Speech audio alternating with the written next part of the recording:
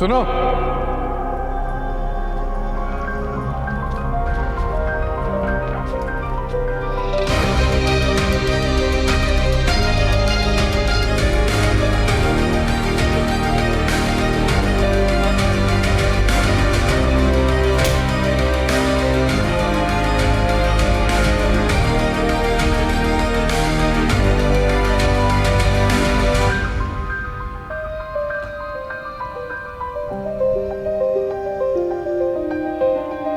पकड़ो इसे।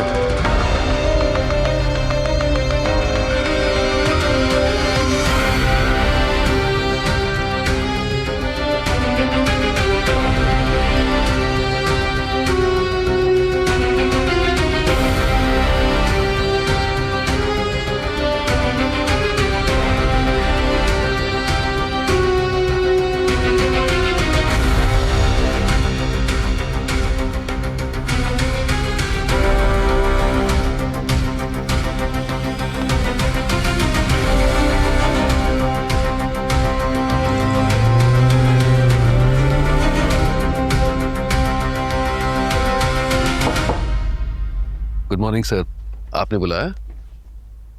अब अगर आपको नहीं बुलाएंगे तो आप हमारी चुगली कर देंगे एजुकेशन डिपार्टमेंट में।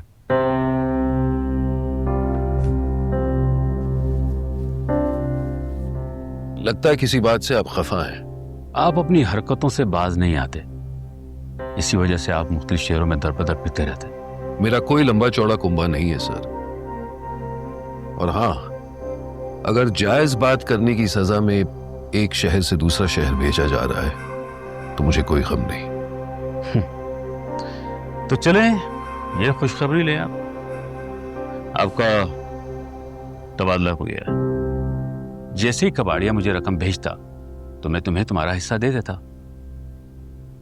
लेकिन सरकार ने ये किताबें बच्चों की तालीम के लिए दी थी हेडमास्टर साहब, कबाड़िए को बेचने के लिए नहीं। तो ये जो तमीज है ना, तुम नए आने वाले मिनिस्टरों को सिखाना। अभी इलेक्शन होने वाले हैं। हेडमास्टर साहब एक बात बताएंगे? अब तो मैं जा ही रहा हूं, तो यूं समझिएगा कि एक इंसान इंसान से बात कर रहा है। हाँ, आपको क्या लगता है ये किताबें जो सरकार ने दी हैं, इन्हें कबाड़िए को बेचकर आपने सही किया या गलत? गलत किया बाबा मैंने। तो फिर इसकी सजा आपको नहीं मुझे क्यों मिली? क्यों इस जमाने में सच और हक की बात करने वाले इंसान को दुनिया दीवाना और पागल कहती है? देखो, इस 100 लोगों के हजूम में तुम जैसा एक दीवाना मिलता है। ऐसे ही दीवानों की वजह से दुनिया कायम है सर। तभी तो वो दीवाने तुम्हारी तरह बर्बाद है ना बाबा। एक दीवाने की बर्बादी से अगर दुनिया आबाद रहती है ना सर, तो इस दीवाने को बर्बादी मंजूर।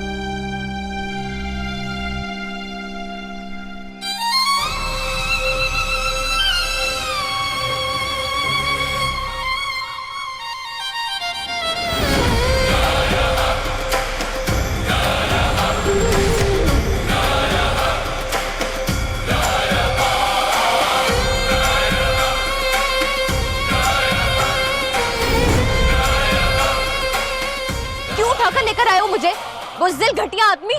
एक नाचने वाली को अपनी इज्जत इतनी प्यारी है। कॉलेज में नाचू या फिर सड़क पर? तुम कौन होते पूछने वाले? खरीदार हूं और तुम दुकान में रखी हुई एक चीज। कीमत बताओ अपनी, मैं खरीदने को तैयार हूं। देखो, मैं एक इज्जतदार और गैरतमंद बाप की बेटी हूँ। होगे तुम बड़े आदमी, लेकिन हमारे यहाँ बेटियों को बेचा नहीं जाता। खोलो मुझे जाना है। गैरतमंद?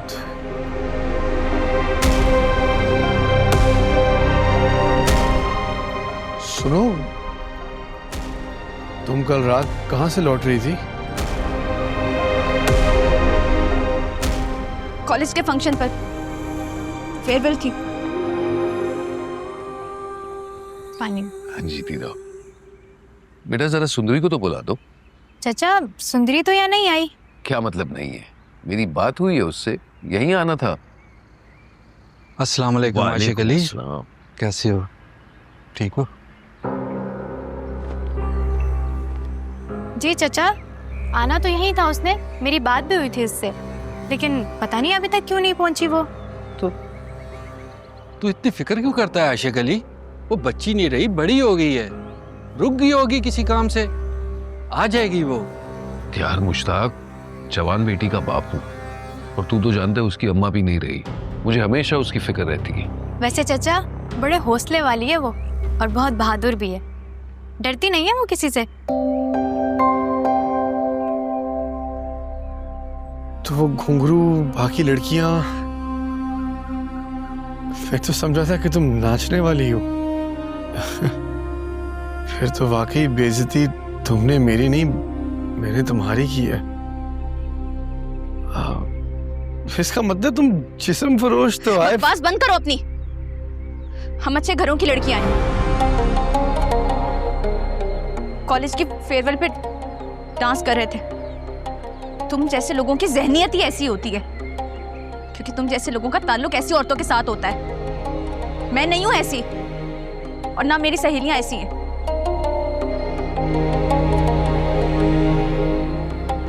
मुझे जाने दो, मेरे पापा मेरे बगैर मर जाएंगे।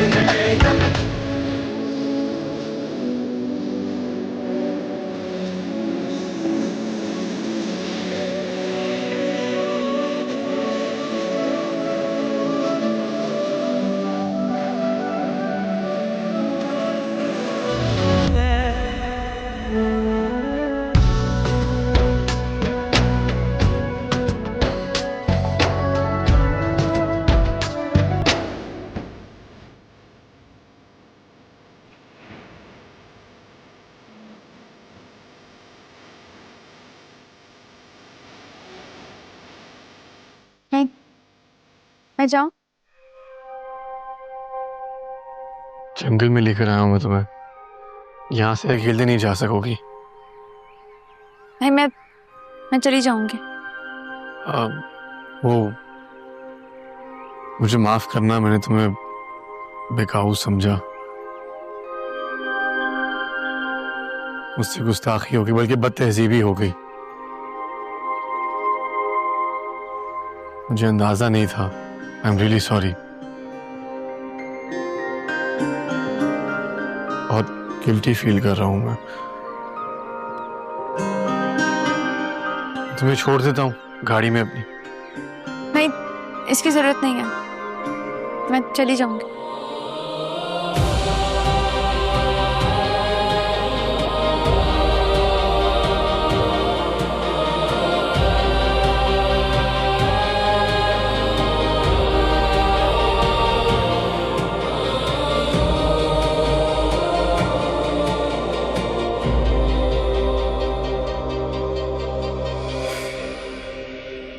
तू उसे आगे पढ़ाएगा या घर बिठाकर शादी करने का इरादा है? मैं तो शादी का ही सोच रहा था, क्योंकि जितनी पाबंदियां मैं लगाता हूँ वो मुझसे कहीं बागी ना हो जाए। अरे चचा, कैसी बातें कर रहे हैं आप?